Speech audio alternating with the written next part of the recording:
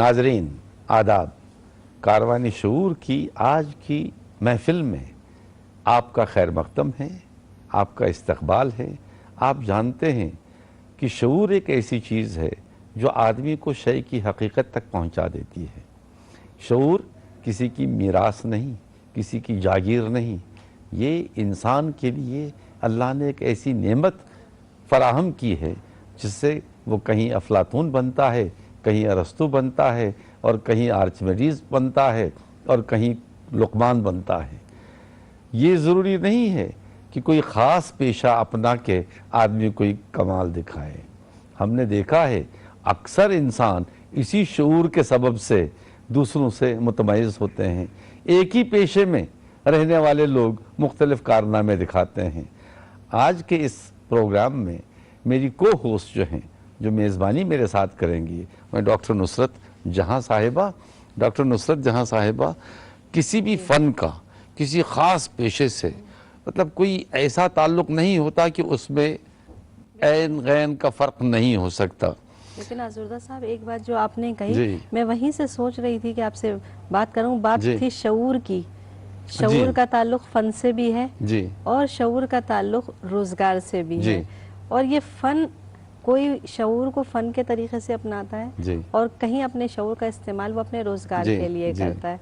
इसी तरह हाल शायरी का भी है। शायरी को कोई फ़न के तौर पे इस्तेमाल करता है और शायरी कोई रोज़गार के तौर पे। यकीनन आप समझ रहे होंगे कि हम आज किसकी बात करने जा रहे हैं। आज के मेहमान की। बिल्कुल।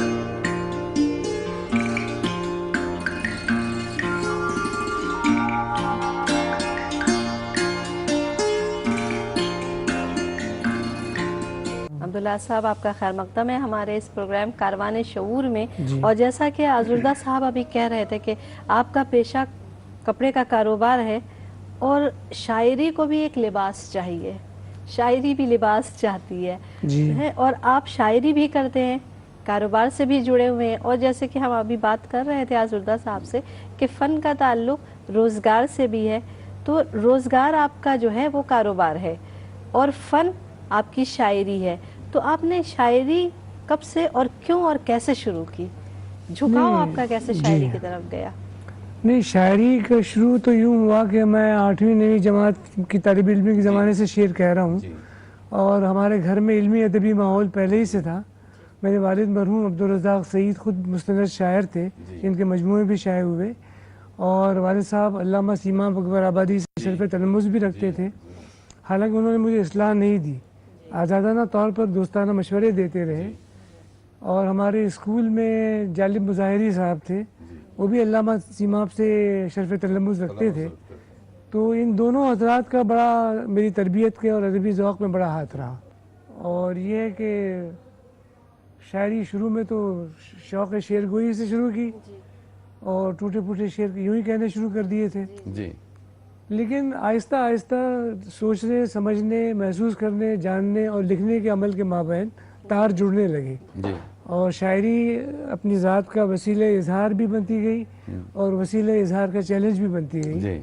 उस चैलेंज से आज भी नबूद आज़मा हूँ, आज भी उस मंजिलें गुजर रही हैं। आपने शायरी में किसी से बतौर ख़ास शर्फ़ तलम्मुज़ हासिल नहीं किया, लेकिन शायरी में आप मुतासिर किसी से हुए जिसने आपकी शायरी को तक़वियत दी?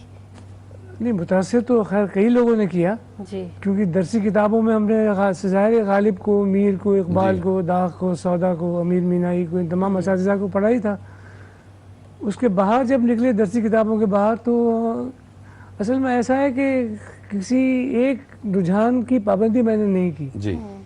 हमने, हमारी जो मौरूसियत है उसमें कदीमी शायरी भी है, असातिज़ा की शायरी भी है, तरक़्क़ी पसंद शायरी भी है, जदीद शायरी भी है, माँ बाप जदीद भी है जी। तो हमने कोई सिक्काबंद शायरी नहीं की। लेकिन मुझे ये खुशी है या ज़्यादा शऊरी तौर पर ये कह लीजिए कि जब हम बिसात अदब पे वारिद हुए तो ये सन 70 की दहाई का मामला है, 70 से 80 के दहाई के दौरान तो उस वक्त जदीदियत अपने उरूज की मंजिलें तय कर चुकी थी और मुतवाज़िन हो चली थी। जी। अब आप उसे माँ बाप जदीद कहिए या मुतवाज़िन जदीद शायरी कहिए, तो हम उस खाने में अपने आप को रखते हैं। इन्होंने रिवायत से भी इस्तेफादा किया, तकरीब पसंदी से भी इस्तेफादा किया। जदीदियत का जो साले जी पहलू है, जी जी। वो जो खामोखा का इनराफी पहलू है, उसे हमने कबूल नहीं किया। अच्छा अच्छा अच्छा। जो बेजा में इबाम और इनराफ की शायरी है, जी क्योंकि मैं समझता हूँ आप ये कह सकते हैं कि मैं अपने वालिद से मुख्तलिफ हूँ, जी जी ये नहीं कह सकते कि अपनी वल्दियत से इनकार नहीं कर सकते, सही है, सही है। ये नहीं कह सकते कि मैं उनका बेटा ही नहीं हूँ। जी लिहाजा वो जदीद शायरी जो इनराफी शायरी थी, जी। वो अपने आप ख़त्म हो गई। अच्छा, एक बात साहब आपसे जी। मैं पूछना चाहूँगा जी कि ये आम तौर पे जैसे सीन और जे कोई सुनेगा तो बस एकदम उसका जहन जब शायरी की तरफ जाएगा तो सोज उसके जहन में आएगा। जी। आपने सोज छोड़ के साज तखल्लुस कर लिया, ये कुछ अजीब सा लगता है। नहीं, क्योंकि आप सोज सच तो कह बहुत रहे हैं। सुना है, जाना जी, पहचाना जी, तखल्लुस जी, है। जी। नहीं, अपने तखल्लुस साज- तो मैंने एक झोंक में रख लिया था। अच्छा अच्छा अच्छा एक मुशायरा देवलाली है, करीब नासिक के करीबी मुकाम देवलाली है, जी जी जी। वहाँ तरह दी गई थी। अच्छा। अब मैं टूटे फूटे शेर कह रहा था, जी तो जाहिर है कि मक्ता कहना था और मतलब भी कहना था, जी तो सरे दस्त मैंने साज रख लिया था अच्छा। जी किसी झोंक में। या उसमें एक लफ्ज फंस गया था साज, तो आपने कहा कि चलो नहीं, ठीक है। मैंने मान रख लिया कि चलो देखेंगे, बाद में देखेंगे। जी फिर बाद में वो साज जो है वो जारी रहा और अब भी वही उसी तखल्लुस के साथ में शनाख्त मेरी बन गई है। तो अब जाहिर है, या फिर ये कि फिल्म नगरी तो साज और आवाज की नगरी है, नहीं ऐसी कोई वजह तो ऐसी नहीं कोई थी। वजह नहीं थी। मैंने बिल्कुल उस शाम के लिए अपना तखल्लुस साज रख लिया था। ये वो बिल्कुल शाम नेचुरल अभी है, अभी तक कितनी जारी चीजें है। ऐसी होती हैं, वो शाम अभी हो खत्म जाती नहीं हैं हुई। कि वजह समझ में नहीं आती। जी जी जी बिल्कुल। अक्सर ये होता है कि शायरी को कहते हैं कि शायरी जज्बात की शायरी है, और शायरी में जब तक दीवानगी ना हो तब तक शायरी को वो उरूज नहीं हासिल हो सकता जो शायरी की असल पैमाइश का जरिया माना जाता है। तो आपके ख्याल में उस रौ से कि जज्बात की शायरी है, दीवानगी के हद तक शायरी में डूब जाना चाहिए, उस लिहाज से आपका पसंदीदा शायर कौन है? नहीं, पसंदीदा शायर तो मेरे कई हैं। वैसे मुझे फैज़ बेहद पसंद है। जी जी जी इसके अलावा तकी पसंद तो मैं साहिर बहुत पसंद है। जी वैसे अख्तरुल दीवान भी बहुत पसंद है, हालांकि उनका पूरा लहजा अलग है, पूरा हाँ। तरीका अलग है। जी अब ये होता है ना कि शायरी जैसे मीर के यहाँ मेरे जज्बे और कैफियत और एहसास की शायरी मीर के यहाँ ज़्यादा लगती है, गालिब के यहाँ फ़िक्र गालिब है। जी लेकिन शायरी जो है वो मेरे ख्याल से न सिर्फ वहबी अमल है, न सिर्फ शऊरी अमल है। जी 100% नाजिल तो नहीं होती, इल्हाम तो नहीं होता, जी ऊपर से ख्याल उतरता ज़रूर है, जी लेकिन आप उसे सुलझाते हैं, मांझते हैं, रिफाइन करते हैं उसको। उसमें आपका क्राफ्ट भी शामिल होता है और आपकी हुनर भी शामिल होता है, आपकी आमद और आवद दोनों के ये कहिए मिजाज कि से एक शायरी मिसरा बनती है। नाजिल होता है, जी। उसके बाद उस पर मिसरे लगाए जाते हैं। अब उनमें कोई वहबी मालूम होता है, कोई कसबी मालूम होता हाँ, है। ये कोई फैसला आप नहीं कर सकते। और फिर कभी कभी तो एक हैयत लेके जब आप चलते हैं मसले के एतबार से, एक मिसरे के एतबार जी। से, तो फिर उसी में आमद होती है, बिल्कुल। हाँ, ये भी होता है। उसी में आमद होती और है। फिर आजुर्दा साहब, जब इनका पसंदीदा शायर फैज हो सकता है, जी, तो जी, क्यों ना इनको हम फैज जी, की एक जी, गजल सही सुनाएं, हाँ। ताकि इनकी पसंद को भी हम अपने सामने नहीं, रखें। हमने बंदोबस्त रखा है वो, जी। ये फैज की मशहूर फैज गजल। का मुझे बहुत सारा जी। कलाम याद है। जी जी जी, हम आपको एक गजल सुनवाते हैं फैज जी की। रोशन कहीं बाहर के इम्कान हुए तो हैं, ये गज़ल हम नाजरीन आप भी समात फरमाइए और इनको भी हम महसूस करने के लिए ये गज़ल पेश करते हैं। जी इरशाद।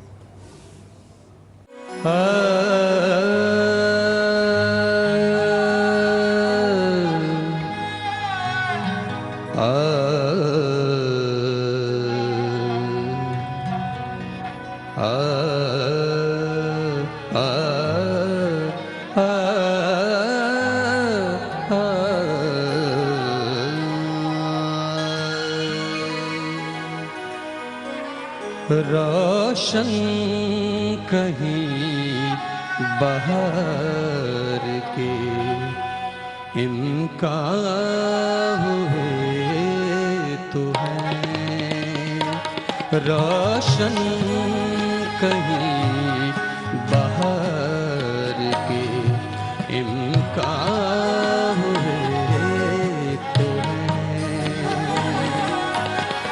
गुलशन में चाक चंद, गुलशन में चाक चंद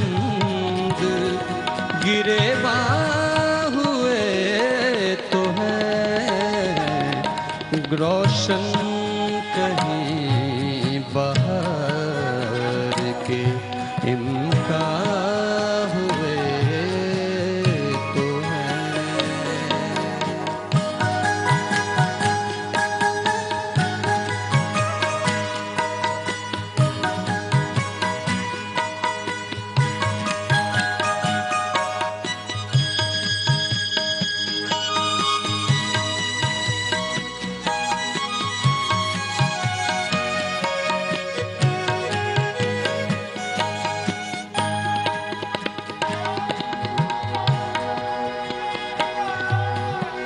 अब भी ख़िज़ा का राज है लेकिन कहीं कहीं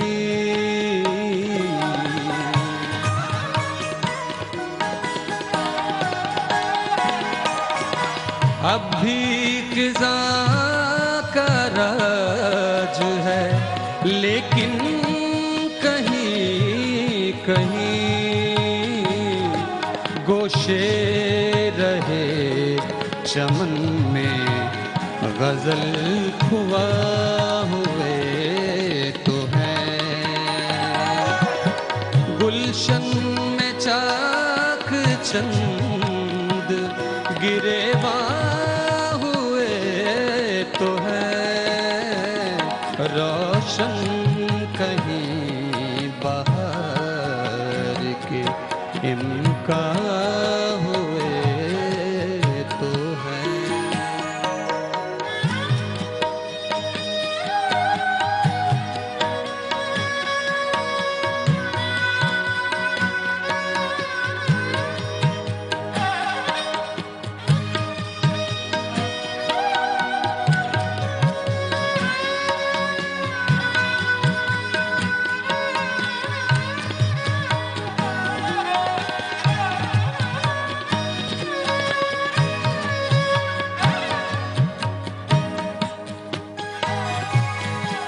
इनमें लहू जला हो हमारा के जानो दिल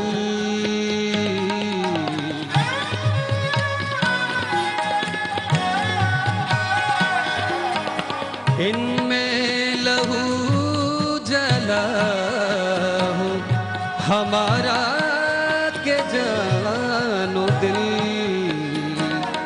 महफिल में कुछ चराग फरोजा हुए तो हैं महफिल में कुछ चराग फरोजा हुए तो हैं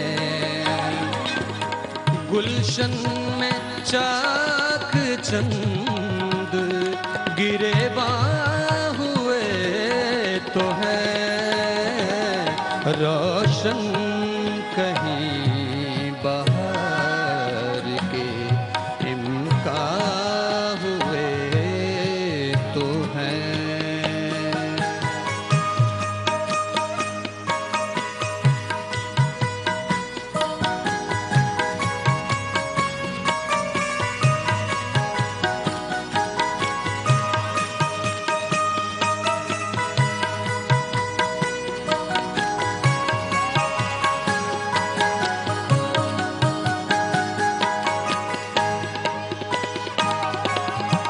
अहले कफस की सुबह हो चमन में खुलेगी आँख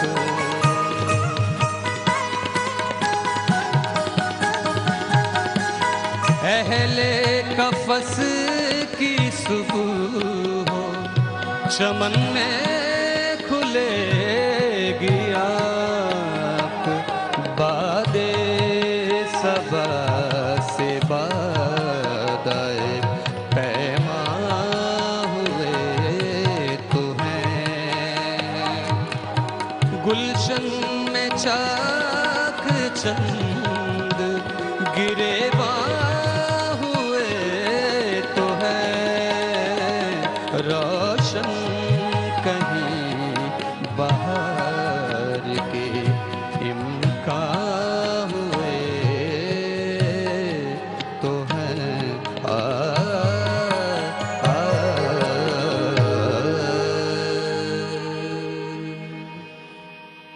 वाह वाह, बहुत अच्छी गजल। और यकीनन इनके पसंदीदा बिल्कुल, शायर हैं सबसे बड़ी फैज, बात जी, ये है जी। कि हमने अपने मेहमान को उसकी पसंद के लिहाज जी। से गजल सुनाई। और जब आपको गजल सुनाई चुके हैं तो इस गजल के सुनाने के बाद आपसे ये मैं सवाल करना चाहूंगी कि आपने गजलें भी कही हैं और नज़में भी कही हैं, तो आपको क्या लगता है कि गज़लें कहना ज़्यादा बेहतर है? क्योंकि फैज़ के ताल्लुक से जब आप बात कर रहे हैं तो फैज़ ने गज़लें भी कही हैं और नज़में भी कही हैं, है ना। कहीं कहीं पे फैज़ को तो ये कहा जाता है कि उनकी नज़में ज़्यादा अच्छी हैं, तो आपने गज़लें भी कही और नज़में भी कही, तो आपको क्या लगता है कि आपकी गज़लें ज़्यादा बेहतर हैं या फिर ये कि आपके जो ख्यालात हैं वो आपके नज़मों में ज़्यादा अच्छे से उभर कर आते हैं? नहीं दूसरे साहब, ऐसा है ना कि ख्याल या तहरीक अपना पैरान खुद तराश लेती है। जी। ये शऊरी फैसला नहीं होता कि मैं नज़म कहूँगा या गज़ल कहूँगा। कभी नज़म, पूरी नज़म गज़ल के 2 मिसरों में सिमट जाती है और कभी गज़ल का एक शेर पूरी नज़म में फैल जाता है। तो ख्याल या तहरीक जो है अपना पैरान खुद तराश लेती है। नज़म ज़्यादा इर्तिकाज़ ज़्यादा चाहती है और गज़ल में ये है कि हालांकि गज़ल भी आसान नहीं है गज़ल कहना भी। जो लोग कहते हैं कि वो तो गज़ल तो यूं ही हो जाती है और बरसरे राह हो जाती है, बस में हो जाती है, रेल में होती है, तो मेरा तजुर्बा तो ऐसा नहीं है। मैं एक बात आपसे इसकी वजाहत चाहूँगा। ये जो आपने फरमाया कि ख्याल जो है वो अपना पैराहन खुद लेके आता है, जी क्या मतलब जिन्होंने सिर्फ गज़लें कही, जी क्या उनके जहन में या उनको कभी कोई ऐसा ख्याल नहीं आया जो नज़म का पैराहन साथ लेके आता? बल्कि खासकर मजरूह का ज़माना जो था वो एक तरक्की पसंदों का ज़माना, एक वक्त तो ऐसा आया था कि नज़में ही कही जा रही थी, और जब बात जमालियात की आ रही है और साथ साथ आपने बच्चों के लिए भी नज़में कहीं, तो जब आप बच्चों के लिए नज़में कहते हैं तो उस वक्त ये तमाम बातें एक तख्लीक का अमल है, तो वहाँ पर जमालियात का क्या पहलू रहता है और आपकी जहनी फिक्र जो है वो कहाँ तक यकसानियत ला पाती है? बच्चों के लिए कहने के लिए मैंने ये महसूस किया है कि मैं बहुत छोटे बच्चों के लिए नहीं कह पाता, बहुत मुश्किल लगता है मुझे। मैं कम से कम 5वीं 6वीं सतह पे आना, उस सतह पे आना और उनको ऐसा कुछ कहना कि वो एंजॉय करें, उसके महसूस हों, मुझे अमल अपनी तौर पर मुश्किल मालूम होता है। मैंने जो नज़में बच्चों के लिए कही वो 6ठी 7वीं की सतह से ऊपर के बच्चों के लिए है, जिनमें सिलेबस में भी आई नज़में और बाज़ कोर्स में भी हैं। एक नज़म एक तजुर्बे की नज़म है कि कुछ लोग ज़िंदगी के किसी मोड़ पर आपके अंदर मर जाते हैं, उनसे मरासिम भी रहते हैं, उनसे याद अल्लाह भी रहती है, लेकिन they don't live in you now, खत्म हो जाते हैं। इस नज़म का उन्वान है ज़ियारत। अर्ज करता हूँ कि बहुत से लोग मुझ में मर चुके हैं, बहुत से लोग मुझ में मर चुके हैं। किसी की मौत को वाक़े हुए 12 बरस बीते, कुछ ऐसे हैं कि 31 साल होने आए हैं अब जिनकी रहलत को। इधर कुछ सानहे ताज़ा भी हैं हफ्तों महीनों के, इधर कुछ सानहे ताज़ा भी हैं हफ्तों महीनों के। किसी की हादसाती मौत अचानक बेज़मीरी का नतीजा थी, किसी की हादसाती मौत अचानक बेज़मीरी का नतीजा थी। बहुत से दब गए मलबे में दीवारें अना के आप ही अपनी, और मरे कुछ राब्तों की खुशहाली में, मरे कुछ राब्तों की खुशहाली में।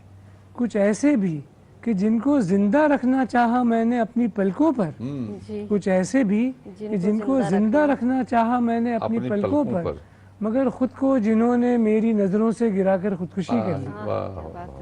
बहुत कुछ ऐसे भी कि जिनको जिंदा रखना चाहा मैंने अपनी पलकों पर, मगर खुद को जिन्होंने मेरी नज़रों से गिराकर खुदकुशी कर ली। बचा पाया न मैं कितनों को सारी कोशिशों पर भी, रहे बीमार मुद्दत तक मेरे बातिन के बिस्तर पर, रहे बीमार मुद्दत तक मेरे बातिन के बिस्तर पर, बिलाखिर फौत हो बैठे घरों में, बिलाखिर फौत हो बैठे घरों में, दफ्तरों में, महफिलों में, रास्तों पर कितने कब्रिस्तान कायम हैं। घरों में, महफिलों में, दफ्तरों में, रास्तों पर कितने कब्रिस्तान कायम हैं। मैं जिनसे रोज ही होकर गुजरता हूँ, ज़ियारत चलते फिरते मकबरों की रोज करता हूँ। ये ज़माने का लम्हा है। ज़ियारत उन्वान है इस नज़म, ज़ियारत है। और गज़ल के अगर हमें 2-4 शेर, गज़ल के चंद शेर सुन लीजिए, इसमें आप ये महसूस करेंगी कि रवायत की पासदारी भी है और जिद्दत भी है। कि बहुत मलूल बड़े शादमा गए हुए हैं, बहुत मलूल बड़े बहुत मलूल बड़े शादमा गए हुए हैं, हम आज हम रहे गुमगश्तगा गए हुए वाह, हैं, वाह, वाह। हम आज हम रहे गुमगश्तगा गए हुए हैं, और अगरचे आए हुओं ही के साथ हैं हम भी, जी अगरचे आए हुओं ही के साथ हैं हम भी, मगर गए हुओं के दरमियां गए अरे हुए वाह, हैं, अरे वाह। मगर गए हुओं के दरमियां गए बहुत हुए अच्छी, हैं। बहुत अच्छा और ये शेर बतौर ख़ास के एक छत के नीचे लोग रहते हैं, लेकिन सब अपनी अपनी दुनिया में रहते हैं। अलग और अलग। ये आजकल खलीज आ गई है। बिल्कुल बिल्कुल नज़र तो आते हैं कमरों में चलते फिरते, मगर नज़र तो आते हैं कमरों में में चलते फिरते, मगर ये घर के लोग न जाने कहाँ गए हुए वाह हैं, वाह वाह। ये घर के लोग न जाने कहाँ गए हुए हैं। और पुरानी शायरी और नई शायरी के माबैन एक शेर है जी कि तलाशिए फिर इन्हीं में, तलाशिए फिर इन्हीं में, तलाशिए फिर इन्हें, यही वसीले के जो रायगा गए हुए हैं, वाह। यही वसीले के जो रायगा गए हुए हैं। और अभी तायुने सथे कलाम क्या पूछो, अभी तायुने सथे कलाम क्या पूछो, अभी तो हम तहे इज्जे बयां गए हुए हैं, अभी तो हम तहे इज्जे बयां गए हुए हैं। और कहीं से लौट के किस्से सुनाएंगे तुमको, कहीं से लौट के किस्से सुनाएंगे तुमको, कहीं सुनाने को हम दास्तां गए हुए हैं। बहुत अच्छे और मक्ते में एक मिजाह का पहलू आ गया है, मेरे हालात पर महमूल न कीजिए, बड़ा मक्ता सुन लीजिए इसे कि बजा के राज की बातें बताएंगे तुम्हें साज, जी बजा के राज की बातें बताएंगे तुम्हें साज, मगर संभल ही के सुनना में आ गए हुए हैं। वाह, बहुत अच्छे बहुत बहुत अच्छे, अच्छे। बहुत अब अच्छे। देखिए साथ साथ इस गजल में कुछ ऐसी चीजें भी आ गई। जी आज की जिंदगी जो है, पहले लोग जाते थे किसी के यहाँ, दोस्त के यहाँ बैठते थे, फिर बातें करते थे, गुफ्तगू होती थी। जी फिर एक स्टेज ऐसा आया, टेलीविजन आया, बिल्कुल सब ग्लू होते हैं, स्क्रीन को देखते रहते हैं, आपस में बात नहीं।